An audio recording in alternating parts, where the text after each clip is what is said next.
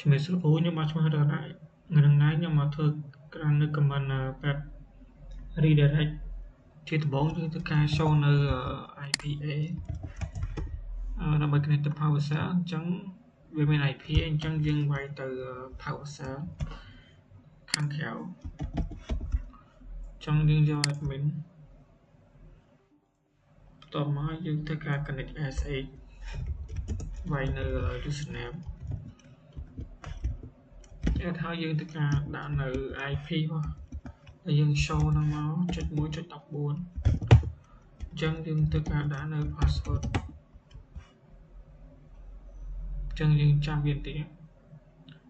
ទៀមទាសាថ្មីអញ្ចឹងខ្ញុំបែប password សាមីអញ្ចឹងវាចេញហើយអញ្ចឹង comment ដំបូងគឺយើងធ្វើការ comment ls /etc សញ្ញាទៅសញ្ញា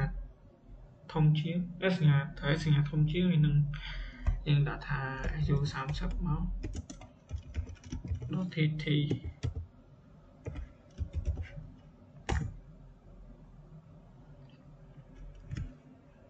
ចឹងតមកយើងធ្វើការ cat file វាមើលមក AU30.tt ចឹងនេះគឺជាតម្លៃគឺជា value របស់វាទាំងអស់ហ្នឹង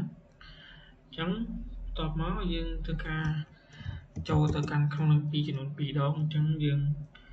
វាយផ្កាយមក /ls/etc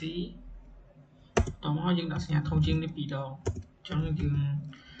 វាយ AU30.tt ផ្កាយមក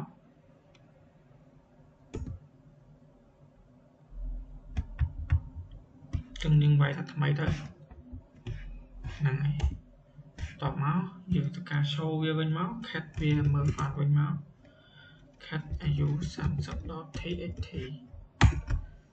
នេះអញ្ចឹងយើងធ្វើការចូលទៅ2ដងហើយអញ្ចឹងវីដេអូរបស់ខ្ញុំមានតែប៉ុណ្្នេះសូមអរគុណលោកគ្រូ